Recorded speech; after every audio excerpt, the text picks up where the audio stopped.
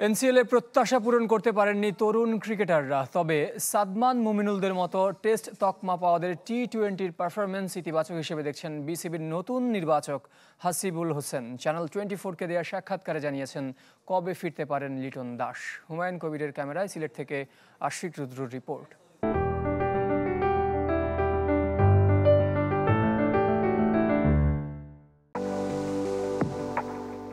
শেষের পথে এনসিএল টি-20, তবে যে প্রত্যাশা নিয়ে টুর্নামেন্ট আয়োজন করেছে বিসিবি তা কতটুকু পূরণ হয়েছে?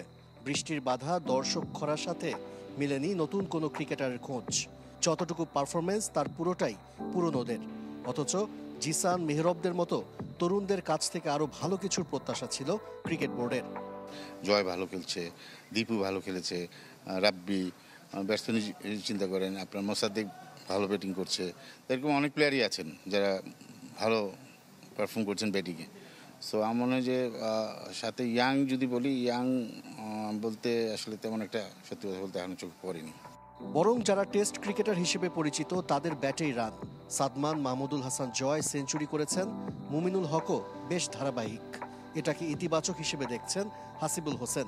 বিপিএলেও এমন পারফরমেন্স থাকলে টি-20 ফরম্যাটেও তাদের জাতীয় দলের জন্য বিবেচনা করা হবে। যেমন মমিন, অনেক ওরা কিন্তু ভালো খেলে তাদেরই লাভ, তারা বিপিএলে ডাক পরে একটা সুযোগ পাবে। সেখানে যদি পারফর্ম করে তখন আপনি এ টিম বলেন, ন্যাশনাল টিম বলেন, টি-20-র ক্ষেত্রে তখন চিন্তা করা হয়তো যেতে পারে।